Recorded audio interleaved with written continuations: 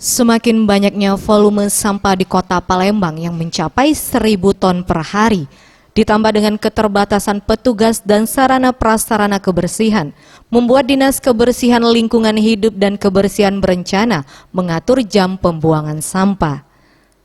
Kepala DLHK Kota Palembang, Alex Fernandius mengatakan, dirinya telah berkoordinasi bersama camat dan lurah untuk mengatur jam pembuangan sampah ke tempat pembuangan sampah.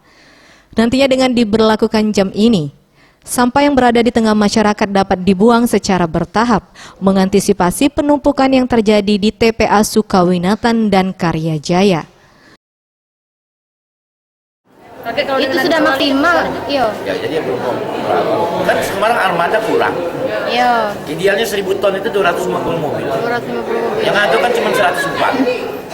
Dari 104 yang layak jalan 80. Cuma 80. Belum lagi ngurus pasar 40 mobilan, separuhnya ngurus pasar.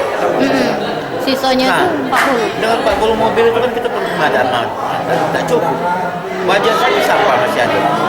Tapi dengan strategi pengaturan waktu pembuangan sampah, sudah itu waktu pembuangan di TPA juga. Misalnya kita yang untuk gelombang pertama, pengangkutan pertama diutamakan misalnya dari dinas kita dulu untuk mengangkut sampah-sampah yang jalan protokol dan sebagainya. Penambahan personil dan mobil pengangkut sampah juga telah dianggarkan, terutama ekskavator yang hanya beroperasi 2 unit, yang idealnya minimal 10 unit. Tim Liputan Sriwijaya TV.